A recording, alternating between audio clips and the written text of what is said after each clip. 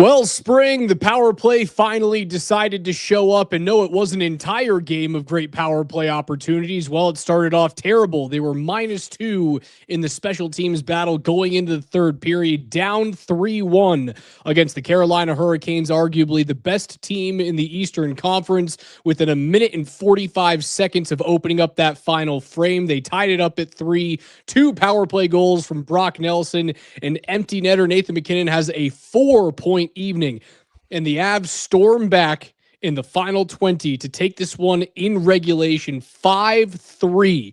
The best team in hockey continues to defy the odds and win again. I don't even know if they're defying the odds at this point. They're just them. It's weird. Tonight was like it's legit. Like this team, they just find ways, and they're great. They're talented as hell. They're deep. They have the goaltending. It's everything. They're complete. It's weird. Like the show you're watching right now, everybody, the show Raj and I are hosting, we're talking about a team that like only comes around like to have this. Like this is insane. What they are doing, they are just the best team. Complete, awesome, everything. What a win. I mean, what a win. McKinnon, Natchez, and Drury, and Burns, former Hurricanes. Landeskog, his goal was awesome. He just gets that puck. Like, not a lot of players are going and getting that puck. Well, wraparound, write me a freaking letter, man. How dope was that? The finish is almost even better. And the captain's back after everything he went through for 3 years. I feel like I'm watching a movie. But like sometimes there's comeuppance in a movie. No, like the Avs are the good guys. Who's stopping them? It's just one of those feel good, no drama movies where like everything's awesome. I mean, everything was awesome today, certainly in the third period, but I think I felt the same way a lot of fans felt this evening going through the first two periods, saying just decline the power plays if you had that opportunity. I went as far to say is next time they get a power play, I'm sending Zakhar Bardakov out there to slash someone's wrists off so we can play 4-on-4 hockey because, well, Colorado's been better at 4-on-4 than they have been with the man advantage this year. And what do they do in the third period? They score twice. They get to the net front. They move Nathan MacKinnon off the half wall into the middle of the ice, shooting through bodies and traffic. Now, that doesn't go in without great net front presence and hand-eye coordination from Brock Nelson. The power play goal that they score, Nelson's second goal, was so dope, so unbelievably sweet. Watching that little slide from the bumper. That was hockey pornography, the little slide from the bumper. They end up getting the puck from Makar to Nelson at the top of the zone with heavy pressure. They go back across to Makar. Who was it? MacKinnon who one-touched that puck over to Nelson for the one-tump? Oh, yeah. I mean, that was like cross eyes. Holy crap. Behind Nate. Like that was almost out of his line of vision where he put that to see Nelson cutting from the high right and Nate is low left. Like unbelievable. That's a great cross eyes pass. Yeah. Okay. So you get the two power play goals in the third period, and that's the difference in the game. You know, Nate gets the awarded empty net goal, but you know, that puts you up 4-3. The two power play goals, you go from down 3-2 to up 4-3 because you scored on the power play. And what's hilarious is what do they do in the third period? They put Marty Natchez back on power play 1 after an 0-for-3. And look, I liked the idea. You know, it's something I've been advocating for. I thought the power play was okay. Obviously, they allow a shorty. I thought that it was a hook, by the way. That it should have been a penalty on Sebastian Aho. It was a hook. I think they're going to give the benefit of the doubt to an aggressive forechecker on the kill right there. You're going to give the benefit of the doubt to I know Sebastian Aho is an all-star level player, but like you give the benefit of the doubt to Aho over the best defenseman in the world. He just loses the puck there cleanly. I think it's a matter of when you're down a skater, they're going to give you a little leeway. If you're aggressive, like I love that forecheck from Aho. Maybe it was a little hooky, but it's aggressive as hell. I actually really like that from him. You know Um, what was one of my favorite plays of the game was the play that led to McKinnon scoring against Gostisbehere, right? The awarded goal on the empty net. There were two of my favorite things happen in this game. Right in front of the Avs bench, Gostisbehere, Jackson Blake, Taylor Hall, and Mark Jankowski are all around the puck. And Nathan McKinnon is cross-checking the living shit out of Shane Gostisbehere trying to get that puck out. Like it's the little things that Nathan McKinnon does right now on the defensive side of the puck that I think go unnoticed because of how unbelievable he is with the puck on his stick and in the offensive zone. And honestly, well, they don't spend much time in their own defensive zone when Nathan McKinnon's on the ice. That little play there with like half of a minute to go, empty net, knowing that Carolina's coming at you hard, those little cross checks, forcing the puck out of the defensive zone are so underrated and undervalued and underappreciated. I loved that. And then the next best thing that happened in the game was Gabe Landeskog one-timing the puck after the goal was awarded. And I don't know who he hit in front of Carolina's net. It was Gostisbehere. He blows up Gostisbehere's ankle. Funniest fucking thing that happened to him. Yeah, that was hilarious. I love how they treated it like a delayed penalty. Is that how it should be officiated? I feel like if it's an awarded goal, you should just blow that whistle 5 times.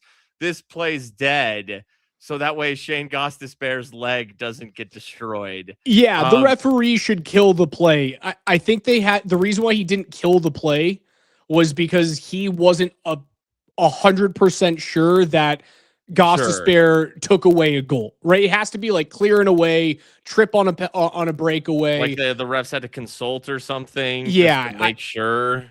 I think that's the reason why it ends up happening is that you just get the goal, McKinnon gets it, game over. Yeah, but they didn't stop. Just because McKinnon got choke held and drug backwards, he still got on that puck and fed Landeskog for a one-timer, and Landy was booking too. Like they were gonna try to score there no matter what. Like they weren't gonna stop playing even if McKinnon almost got drugged onto the ice like by a horse collar tackle. But the 2 power play goals, I want to talk about Natchez out there on those because first one, he's on the right wing. You got my favorite right-handed shot on the right wing, but there's a really nice play he makes in that sequence where there's kind of this 50-50 puck that slides just above the faceoff circle and Natchez wins it and gets it up to Makar. Oh yeah. And that keeps the play alive.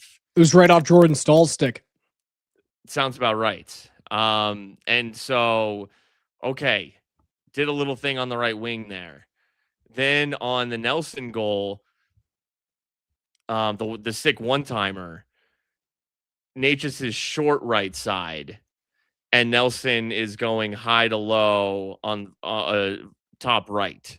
But you're seeing Natchez on the right side with space for McKinnon on the left. Like, I think you got to split him up. If he's going to be out there, I guess he's a right-handed shot on the right wing. He needs to be over on the right side. That's where he was effective on both of these power plays. But the ability to move, though. It's the movement. It's the movement. And so, as we said earlier in the season, when they figure it out, because it's a lot more movement with Natchez out there because there's redundancy in spots. So people have to move. Like McKinnon is for the first power play goal, McKinnon shooting from the point. Something we talked about, like, was McKinnon rotating to the point more if they were not enough. Well, that's where he shoots that one, and there's bodies in front, and McKinnon scores from the point. And the movement was better, so it's a new year. It was the 2025 portion. Like we saw, like this is what they were doing the bulk of the year, that unit with Nichushkin out there too. And it worked. They finally got the movements correct, and it leads, when you get it correct, it leads to sick goals. Right. Like the Brock Nelson goal.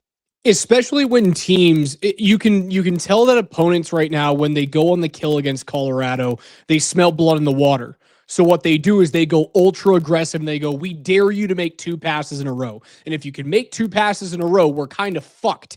Colorado hasn't been able to make 2 passes in a row consistently on the power play this year. It's one of the main reasons why they aren't scoring. And again, I've told you, people are like, oh, they don't shoot the puck enough. It's not true. They shoot the puck more than anybody in the NHL on 5-on-4 power plays, more than anybody in the league. They just don't hit the net. And what that tells me is that they're forcing pucks through screens, they're getting pucks blocked, and they're kind of a one and done team. Now, when they can make 2 consecutive passes and skip a player, that's when power plays are all about creating 2-on-1s. When you can create a 2-on-1 right in front of you, you will be successful. When it becomes 1-on-1 or 2-on-2 or even numbers behind the net, that's where power plays go to die. And Colorado has been way too much like that at the beginning of the season. It helps when you move, right? It helps create those 2-on-1s, those mismatches. What happens when McKinnon rolls up to the top? Nate just goes to the front of the net. They don't only have Nate just there. They've got the guy who tips the puck in for the first power play goal in Brock Nelson. You have multiple people in front of the net. On the second power play goal, the one that you loved Natchez' movement on, do you know where he started that play? I don't even remember where he started, but he finds himself short right. Natchez starts the play behind the net, and there's a broken puck, and it goes all the way out to Cale Makar. And what I've seen too much out of the Colorado offense on the power play is when you're away from the puck and it goes to Nate or it goes to Cale, everybody else on the ice is like, oh, it's okay. It's in a safe position. That guy can win a one-on-one puck battle. And that's where their power plays, like I just said, go to die. When you just and Cale and Nate can beat guys one-on-one, but it's not what you want to do on power play. It's okay 5-on-5. You don't want to do it a man up. So when he goes behind the net and the puck goes out to Cale, instead of lollygagging and going back to his spot because, well, Cale Makar is the best defenseman on earth, he'll be fine up there. He hustles his ass up to the point, flashes to the middle when Makar recycles the puck to the short side of the ice to Brock Nelson, right? Nelson comes up as that far side offhanded player. And Natchez didn't necessarily have to be there. Natchez because the bumper player. He creates a 2-on-1 with the high side forward that Carolina has there. It's all because of Natchez working his butt off to get out from behind the net. Goes from behind the net, goes up to Cale. Cale goes over to Nelson. He flashes over to Nelson. Puck goes down as he has speed, right-handed shot on the right side. Instead of shooting, he goes across the ice to Nate, and Nate makes a beautiful one-touch back to Brock. It all happens because Marty Natchez wasn't a lazy piece of crap on the power play, right? When those guys move their feet, they become elite. Okay, you're right that you got to complete more than 2, especially this Avs team with the skill and the precision passing. Like Makar's a great passer. McKinnon's a great passer. They like to set dudes up. They really do. I know we want them to shoot more sometimes, but they're also great setting you up. If you have Natchez out there, then you're moving more. He's moving the most. Guys, though, are moving as well, depending on which side Natchez is on. So you have to know where they're going to be. You have to learn where they're going to be. And that takes time.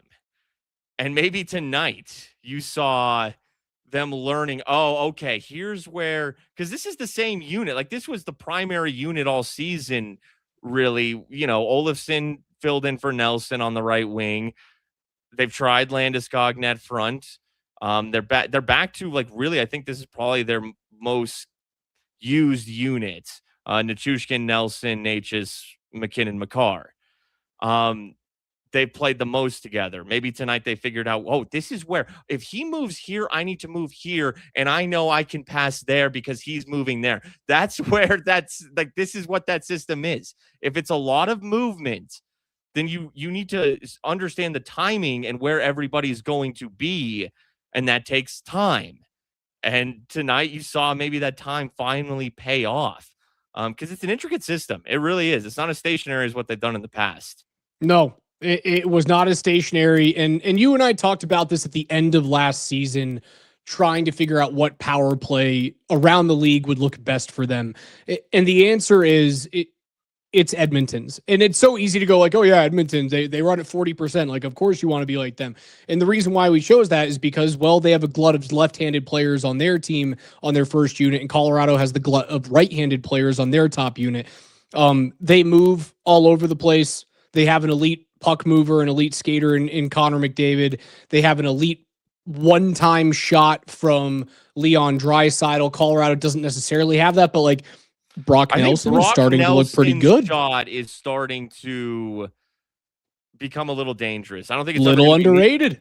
I don't think it's ever going to be like Miko or Draisaitl, but I think he's the guy. Like after all the, let's call them tryouts that we've had this year, Nelson's the guy for the right wing spot. And he's going to have to move too. Like he won't solely occupy that spot because everyone, if Natchez is out there, everyone's going to be rotating a little bit. You'll find Nate at the point where he shot that puck that Nelson tipped in.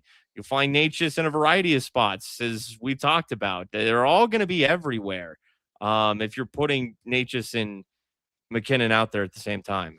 How about Nathan McKinnon? His 33rd career 4-point game. He passes Joe Sakic for the second most all-time in franchise history. He trails only Hall of Famer Peter Stastny, who did it 52 times in his Quebec Nordiques career. McKinnon, 33 career games with 4 or more. He was back-to-back 4-point games for the second time this season. He also did so like halfway through November. He just continues to put up points. Like McDavid had a couple tonight. Nate had 4. And just like that, he's back in the league. Yeah. McDavid had 2 points and a loss at home to the Flyers. Avs have just a beast win against a very good team on the road, comeback style, complete as hell. And Nate gets 4 points.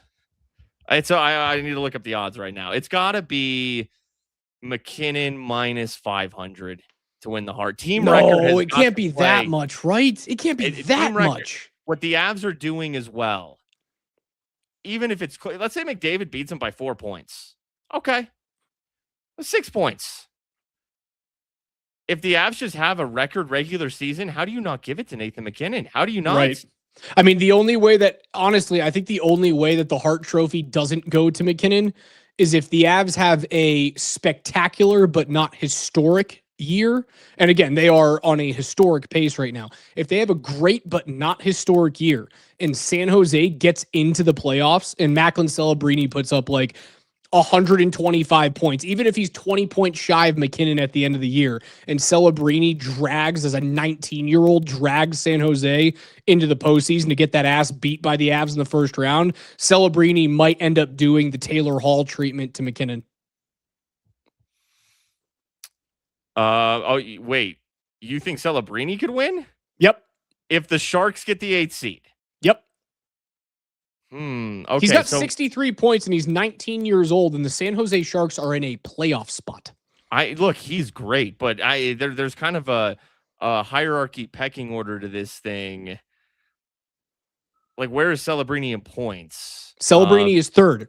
He is behind only McKinnon and McDavid. He is 3rd. I can't. I'm telling you, that's the biggest. That's the biggest threat to Nate winning the MVP. It's not McDavid. It's Celebrini. McKinnon minus 210 to win the award. McDavid plus 950. And then it's rough after that. It should be higher. It should be. I think that at the end of the day, he's gonna. I mean, he just keeps putting up points and he's scoring goals. He might win the fucking Rocket Richard. He should win the Rocket, right? Doesn't he? He has a massive scoring lead. Never mind. Those were the Rocket odds. I hate how they do that. Okay, McKinnon minus 290 to win the Hearts. Okay. McDavid plus 230. Okay, where's Celebrini? Plus 500? Plus 2,200, tied with Kucherov for 3rd best odds. I'm telling you, man, I think that's the only way that he doesn't win the MVP this year. The only way is that Celebrini somehow wills them in and he puts up like the best teenager season that we've seen in the modern era, and San Jose gets into the playoffs. The next highest scoring player on San Jose right now, Celebrini's got 63 points. You know who the next highest scoring player is on the team? Will Smith. Yeah, how many points does he have? Guess. I have no idea. 29. He has 29 points.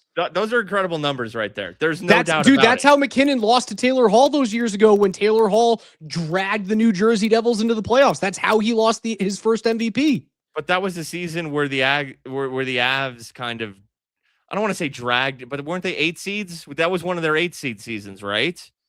Taylor Hall won the MVP in 2018. So yeah, that was the year Nashville? after the 48-point season?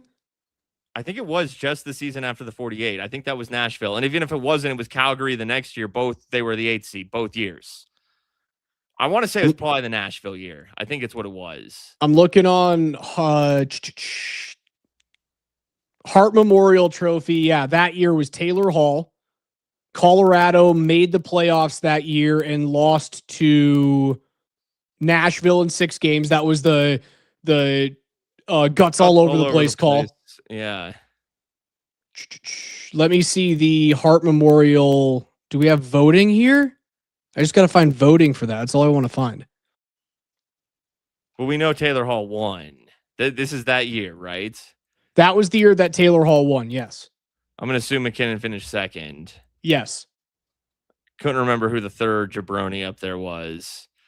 But see, the Avs were an 8 seed. Now they are one of the best teams we've ever seen. So 2017-2018, the Avalanche had Nathan McKinnon with 97 points. Mikko Rantanen had an 84-point season. Gabe Landeskog put up 25 goals, had 62 points in that year. Taylor Hall, let's look at the 2017-2018 New Jersey Devils. Taylor Hall that season to get the Devils into the playoffs and losing in the first round of the Tampa Bay Lightning in 5 games, so they didn't get as far.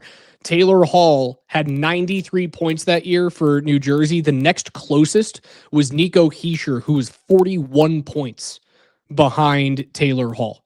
So that's what I'm saying is that, like, it's happened before to Nathan McKinnon where somebody has dragged their team single-handedly into the playoffs and he's lost an MVP.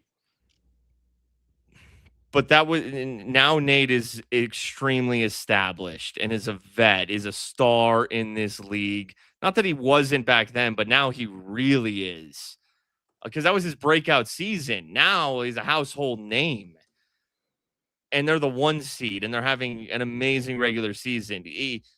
Macklin would have to, like, okay, so Taylor Hall had 4 fewer points than Nate that season. That won't get it done for Macklin this year.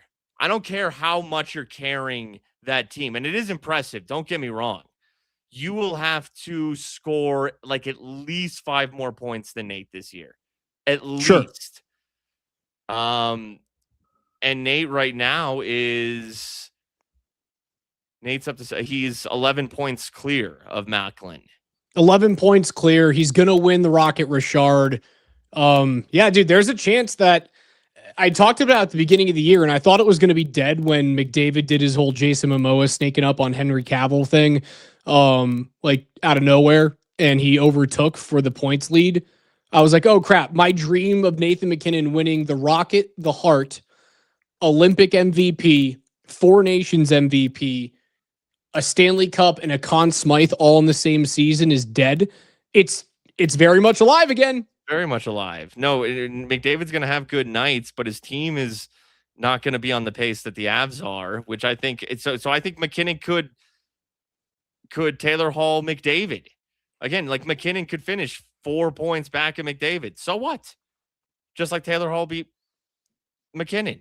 So what? My vote right now would be what the Avs themselves are doing.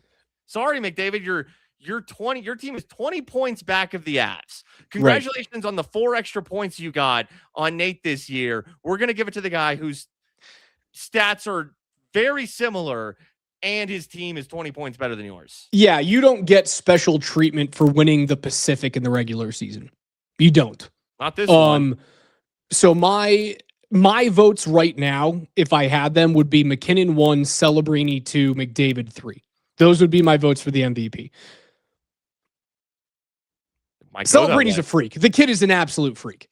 I right now, unless injuries are the only way, because think of the talent that's around Nate. Like that's one of the reasons he's able to, especially if the power play gets going. It's his award to lose. And it feels like the Rocket might be his award to lose. I mean, he's scoring awarded empty net goals because he's hustling his ass off. Like that's just where he's at right now. Yeah, he's got a 10-goal lead on McDavid, Boldy, and Geeky right now. I don't see them making up 10 goals in 42 games. I don't see that happening. No, like those are a couple, like you got Morgan Geeky and Matt Boldy behind you. Like what a year to win the Rocket. Like how it worked out. That's not Austin Matthews. Oh, I mean, McDavid's also tied for second too. So like you would win it over McDavid. That feels good. McDavid's tied for second in the NHL in goals. You talking goals? Goals. McDavid, Boldy, and Geeky all have 25. McDavid is snuck up. That's okay. That's all right. McDavid's like a good goal scorer. It's not necessarily Draisaitl's the better goal scorer. Dude, how about Sid? Freaking 23 goals at, what is he, 38 years old? He's playing great right now. Dude's got 23 tucks. I know he had a couple goals last night against Detroit, and the Pens got the overtime win. And then today I know the Pens won, but didn't really follow it. I'm going to cry when Sidney Crosby retires. Dude, I think Sidney Crosby, because I was thinking about him last night because I had a vested interest in the Penguins. And so I was getting all like philosophical about Sid and the Penguins as I watched that game. Sid's the second best player of all time. Yep. He deserves it's so tough. Like the people who watched hockey in the 60s and the 70s are going to scream about Gordie Howe. You got your Gordie Howes of the world, but I'm just going Wayne. And then maybe I guess of this generation, I mean, Sid, I know Ovi scores the goals, but holy crap, Sid is such a good player. I think your Mount Rushmore of hockey players are Gretzky, Lemieux, Howe, Crosby. That's the Mount Rushmore. That's what it is. Sid is, and Ovi's been getting the love because of his, breaking Wayne's goal scoring record, and the Caps are more relevant. Although shout out to Pittsburgh this year. I don't think they're winning a cup or anything, but they actually might make the playoffs, or they could. I see Harv flown under the radar at this point, but he's so good. Harv on Twitch goes Messier, and then Homopoulos goes Eric Messier. I love that, man. I love that. Colorado Ave, Eric Messier.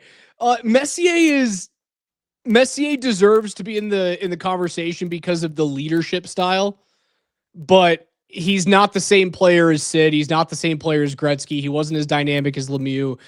And he wasn't Mr. Hockey. He's if we have a Hall of Very Good for Mount Rushmore, he's right there. Agreed. Yeah. No, Lemieux's good. Yeah, he might be better than Sid, but gosh, Sid is so good. If Jágr had stayed in the NHL and not defected back to the K for a few years, I could see putting Jágr up there, but it's just the whole body of work for Sid, man. Just the whole body of work. No one has scored a bigger goal in the history of hockey than, well, I suppose there's one other person. Like the only person in hockey history who can say he scored a bigger, more important goal than Sidney Crosby's 2010 Vancouver Golden goal was Mike Eruzione. Sure. That's probably the only guy. Was that the last Olympics we've had where we had NHLers? No, 2014 Sochi. Okay. Remember TJ Oshie against Sergei Bobrovsky scored 3 times? Oshie, that's right. Yep. Okay. It's the playmaking. Like that's what I love about Sid. That's what I love about McKinnon and McCarr and McDavid is their ability not just to score, but to make the right play and to set dudes up. And they're obviously so skilled and they're explosive in their own ways and they create space. But it's the playmaking. It's so fun to watch. And you got two of them on this team with McKinnon. Like McKinnon, ultimately, as his career goes on, he's going to climb that leaderboard, so to speak.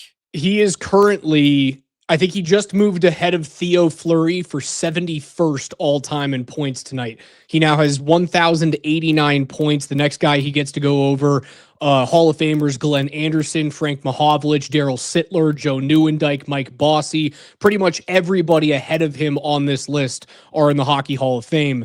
Can he, over the course of his next, because Nate is Nate 31?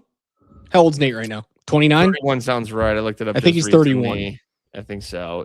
Maybe 30, but I think 31. So if he's 31, he's got another 500. He's 30. Okay, he's 30. He's got another 560 points or so to pass Joe Sakic for the most points all time in franchise history. I think he gets there. Health being the way that it has been for his career. I think he beats Joe. And if the Avs finish this thing this year, if they finish it and they win a cup, Nate will walk away with a Conn Smythe. Nate will walk away with an MVP and a Rocket. If they win a cup, he will go down as the greatest Av of all time. He's on that trajectory, which is nuts to say because Joe Sakic is one of the 10 best hockey players ever to lace up the skates. Nate's on that trajectory. Yeah, it's amazing what he's done really since his breakout season, and he's only gotten better. And maybe he could even get even better next year, which, because I said it before, I was like, how can this dude get any better? I heard you talking about it on the Blitz a couple of days ago with Berto. How did you go about that? I don't even remember if I like you were talking about how it's almost every season where you look back and you go, Nate and Joker can't get better. This is the peak of athletic performance in the year 2025-26. They can't get better. And then the next year they get better. And then the next year they get better. Like they're doing unfathomable things. Yeah, they've both gotten better and they've been so good for years that it's like, how can you get any better? But especially with Nate, kind of always like chasing Connor in terms of, getting that mantle of the best player in the NHL. And he just keeps like closing that gap to the point where like, and team success could really change things with the numbers he's going to put up this year and years to come. I don't know. I feel like Connor he's just always going to have that benefit of like being the guy first. Yes. And McDavid was a sure thing, right? Yeah. McDavid was the next thing that Sid was after Lemieux, and Lemieux was after Gretzky, right? He was the next big thing. Nate wasn't that guy when he went number 1 overall. There was no question Connor McDavid goes number 1 in his draft. And Jack Eichel, an amazing hockey player in his own right, Jack Eichel was the consolation prize. There was no question McDavid was number 1. When Nate got drafted in 2013, Seth Jones was supposed to go number 1 overall that year. And Patrick Waugh, bless his soul, decided to go, no, we're taking the centerman. That dude who 2 years ago for for Halifax just lit up the Quebec League. Like, and he wasn't supposed to be the guy. Like after a good rookie year, then he dipped. And then the Avs were able to get him for good value, and then he met his potential. Connor was good like right away. Yes. That helps too. Like, and I almost kind of view it, you could maybe draw similarities to Bedard and Celebrini. Like Bedard was the guy. Right. Bedard was like, probably since McDavid was like, oh yeah, that's all you heard about was Connor Bedard. Mm-hmm. Celebrini was like kind of McKinnon. It was like, he's really good. But we don't view him as like, Sid or McDavid or now Bedard. But what's happened now is that Celebrini was good right off the bat. McKinnon took him a minute. Yeah, it helped to have him on a helpful contract. Bedard's been good, but not that great. He hasn't been McDavid or Sid. So Celebrini, like it'll be easier for people now to be like, oh, Celebrini's better, even though maybe we initially wouldn't have expected that. It took years for Nate to kind of show, for sure, like I'm right there, if not better than this other guy. And for me, the parallel between Macklin and Nate is they're both dogs. They're both motherfuckers to play hockey against. Like there's something about that. I saw it when I coached against Macklin. Man, I saw it at 13 years old. I went, that he just has it. I didn't know he was going to be the number 1 overall pick, but I was like, he has it. Whatever it is, that kid has it. Like, he just works hard. He goes to tough areas. He doesn't like showboat, although he does stupid things with the puck. But he just had that, like, you took the puck away from me. you took my toy, I'm going to snap and throw your head through a wall. Nate has that too. And like, I don't think Bedard has that. I don't think McDavid had that up until the past couple of seasons where they lose in the Stanley Cup final. You talk about like taking the mantle away. I think Nate's already done that, dude. Nate's the best player in hockey. I'm just maybe kind of projecting what I feel like the vibe is nationally. Like I think I can feel the vibe shifting or shifted. I do think it's closed. Like the gap is closed in terms of some who might not. Like the polls, I think the polls would be closer, but I would still say over 50% would say it's McDavid. He's been in the last 2 cup finals, even though the Avs won a cup. There's recency bias of, who have we seen represent the West recently? Well, it's been Connor McDavid, and he did play very well overall in both those playoff runs. I do feel like, yeah, and obviously he did get really heated towards his team towards the back end of one of those series. The first one, I think, that went 7, and he was dead. They were all dead by that game 7. But it just feels, I don't know, it feels like a little manufactured. I don't know, it doesn't feel as authentic. Like Nate just has this like quiet, like, I don't want to fuck with this guy for some reason. I don't know what it is about him, but like if I tap him on the shoulder, I feel like he might turn around and choke me out the way that Gostisbehere tried to choke him out. Mm-hmm. But with McDavid, I feel like McDavid would kind of be like, "Oh, hey, good to see you." But Nate would be like, "Did you just fucking touch me?" He's got that he's got those Signetti vibes, like, man. Oh my God, no, I didn't. Oh my goodness. All right, Spring. What else about tonight's game that we haven't gotten into that you liked? I thought Scott Wedgwood was fine. He was really good at the beginning. I thought he was fine. Can't do anything about the power play goal where Jack Drury loses his stick and you're just able to like walk into the middle of the hash marks. Like when NHL players get to walk in and you can't see the puck, they're going to score. Yeah, that one was I was in the back end, like the very back end. Like they did a really good job. They're working their asses off. They just couldn't get the puck out of the zone.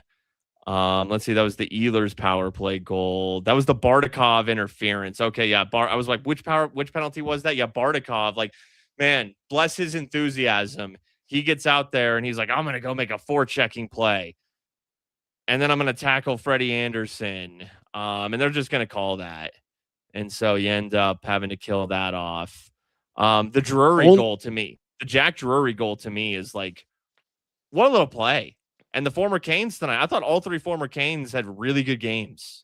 Yes. Complete agreement. And I think it's funny that like you expect like, oh, Nate just is back in Raleigh and Drury's back. And even Brent Burns is back, even though he's a free agent addition. But certainly Drury and Nate just. Shouldn't there be somebody on the other side that's like, oh, right. Now they're playing there for wait, but who did they trade? Oh, yeah, that guy's in Dallas now. Right. Really weird wrinkle to returning to a team that you traded a player 2 and 4 last year. It doesn't really often happen that way where guys get flipped. I agree. I thought it was a little bit like Bizarro land. I think Guru has a really good point. Face-offs were huge tonight. Only one player for the Avs under 50%. That was Parker Kelly, who went 1 of 5. Obviously, Brock Nelson continues to be great. He wins 59% of his draws, winning 13 of 22. Jack Drury goes 7 of 9 because that guy is absolute nails on the dot. Nathan McKinnon goes 10 of 14. 10 of 14? That's that's one of those areas, whether it's this year or even some of last year, where we were like, well, maybe he could improve that area. He was never that great at faceoffs, and he's gotten so much better. Nate's really good at it now. He took 3 offensive faceoffs tonight, 2 of which came on the power play. He won all 3. So he just continues to get better. It's if there's an area of his game, I guess next is find a shootout move. I know it really doesn't matter, but that's like the only thing I could think of with Nate. Yeah, and Drury and the Canes let him go, and he's been nails in the face-off circle. And it's funny, like I'm noticing this year, like I'll if I'm like betting a game or something, I'm like looking through it. I'm looking at the stats of like all these games, and the teams that win in the face-off circle usually win the game. You can be getting outshot by like 10 plus, but if you're winning face-offs, if you're winning those like dirty battles, it's like the purest dirty battle. Stoppage of play, two dudes fight for this loose shit. And you win those dirty battles that are like pre-made for you. They're like you just put them in the microwave. That's what those dirty, they're just right there for you. And you win those little suckers, it goes a long way. And it's obviously you get a little more possession, but it's just a physicality thing too. When you have centers who can just win in those areas. I wonder who's leading right now in face-off percentage. Toronto. That's they do have a good face-off team. This is such a slap in the face of what you just said. They do have a really good face-off team. I'll give them that. I know like a lot of Leafs games. Yeah, they win a lot of face-offs.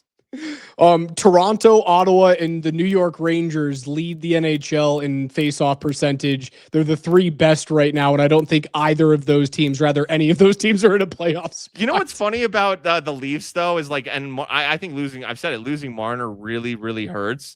They've actually been like a sneaky, decent upper mid team, which is what they are. That's what they are. But when you're upper mid, like, dude, that team, like, outside of Austin Matthews, is really kind of devoid of like guys that I look at and I'm like, you fucking scare me. Like, no, you don't. Yeah, built to lose. So, but that's the beauty of being in the East. If you win some faceoffs, you're actually 4 games over 500 for a team that's like just okay. Right. That's the beauty about being in the East right now is that even the Columbus Blue Jackets, who are last in the East, are only 2.5 wins out of the wild card. Like Toronto, who has been a dumpster fire by Toronto standards, and they've been a really good regular season team for the past few years. They're 2 points out of a playoff spot right now. Like the East is the race for those 2 wild card spots, and the race for, honestly, the divisional spots in the East is nuts, man. It's absolute insanity. Yeah, real quick, Pants Party. I agree. I think Joseph Wall is a solid goalie. He's shown well. I kind of like that kid. And with Carolina, like you're 1 point ahead of the Islanders. You're 2 points ahead of the Flyers, 3 of the Caps, 4 of the Penguins. This is in order. This is like 1 by 1, 1 point separated. Devils 5 points back. Rangers 6, literally in a row, all just 1 point separated to the top. 1 through 7 in this division. It's like literally. You could count 45, 46, 47, 48, 49, 50, 51. That's incredible. I mean, that is incredible how tight that is. Carolina in 2 weeks, how about Rod Brindamore? He kind of lost his shit in this game. I thought he was losing his composure a little bit, chirping at the refs. He's a snap show. Calling a timeout or like earlier than I thought he should have in that third period. Yeah, Carolina's a really good team. They could blink in this division and be in 4th before they know it. I think that's another blessing for the Avs is like you're so far ahead right now. Everybody else, I think Colorado, Minnesota, and Dallas are the 3 teams in the league that can go, we really don't have to stress for the rest of the regular season. Everybody else has to. Like if you look at the Pacific Division right now, the Pacific is super close. Edmonton leads at 46 points. Vegas in second at 45, tied with Anaheim. Seattle and San Jose are 2 points out of second place in the Pacific, 3 points out of first place. LA is 4 points out of third place in that division. And Calgary, after starting off with 1 win in their first 10 games, something crazy like that, Calgary is only 3 points out of a playoff spot and 5 points out of the 3 seed in the Pacific Division. I think the only 3 teams in the league right now that can literally go into the second half of the year and go, this is probably where we're going to be, and we don't have to bust our balls to maintain these spots. It's Colorado, Dallas, and Minnesota. And I think Colorado being 10 games up or 12 points up with a game in hand against Dallas right now, Dallas might look up at you and go, we're not catching you. No, look, those are the 3 best teams in the league. But Dallas has lost 4 in a row. Dallas lost at Chicago on New Year's night. Loss. They have 2 losses to the Blackhawks in their past 4 games. They did manage 1 point out of those 4. So Would you look at it now? Dallas and Minnesota are tied at 57 points behind Colorado with a very nice 69 points. So all of a sudden, I mean, yes, you're comfy because you're the three best teams in the league, but now Dallas and Minnesota are kind of in a situation of fighting for the 2 seed for whoever gets home ice in what seems to be that inevitable first round matchup, Stars versus Wild. Well, the Avs are now 12 points clear, fucking sitting in banana hammocks or It's whatever, ridiculous. 32 sipping on Mai and Tais. 7. 32 and 7. It's ridiculous, man. If they get a point tomorrow, they'll be on pace for 140 or 142, depending on what they do, points in the season. Like that's unheard of. Unheard of. Also, rest in peace, Buffalo Sabres 10-game win streak. That shit ended today. But you know what that means? Now the Avs have the longest win streak in the NHL with a 10-game win streak, and they have a chance to do tomorrow something that the mighty Buffalo Sabres could not do, and that is win 11 straight games. So, Buffalo, you are about to get one-upped so hard. You thought your 10-game win streak was awesome. And hey, you did the Avs a real solid. You went into to Dallas and beat the Stars earlier this week. That was great. But your little 10-game win streak is going to get surpassed basically right after it ended. And the Avs are going to get an 11-game win streak. And they will have what has to be the longest win streak of the season. I assume 11 straight games will be the longest. I don't remember a team this season winning 11 straight or more. Yeah, Colorado has the 2 longest win streaks in the NHL this year. They are just the second team in the modern NHL to have 2 separate 10-game or more win streaks in the same season, and they've done it before the halfway mark. The only other team to do that was the Tampa Bay Lightning in 2019-2020. The Bruins did it twice, but they did it in 1929 and they did it in 1970, so I'm not counting them as the modern version of the NHL. The Avs did it before the halfway mark. Well, hey, you mentioned Tampa, who had recent streaks like that, which is what you just said. That's who they play Tuesday night, which could be for a 12-game win streak. And here's the thing about this Florida game tomorrow. Oh, who starts in goal? Minor? Got to be Minor, right? Minor. Yeah. You hope that the team's good enough in front of him to handle it. Florida's going to be pissed off because they got waxed in the Winter Classic that nobody watched at Lone Depot Park. So they'll be pissed off. It's kind of a scheduled loss, 22-hour turnaround. I don't expect them to win tomorrow. But you know who wins games like that? This team. The team who has 31 wins in 40 games. Like, let's just make it harder. Like, let's just up the difficulty level, okay? You're going to have to play 22 hours later against a good team. We will always mention the Stars that are out for them, Kachuk and Barkov, who they've been playing better, yes, did get waxed. The Rangers, right? I was gonna watch that game. Like, I actually was going to, and then shit happened and I didn't miss it at all. Checked the score and was like, okay, I guess I missed that. So they'll be pissed, like you said. Okay. And let's start Trent Minor. Like, let's just make it harder. Now you have to start Trent Minor.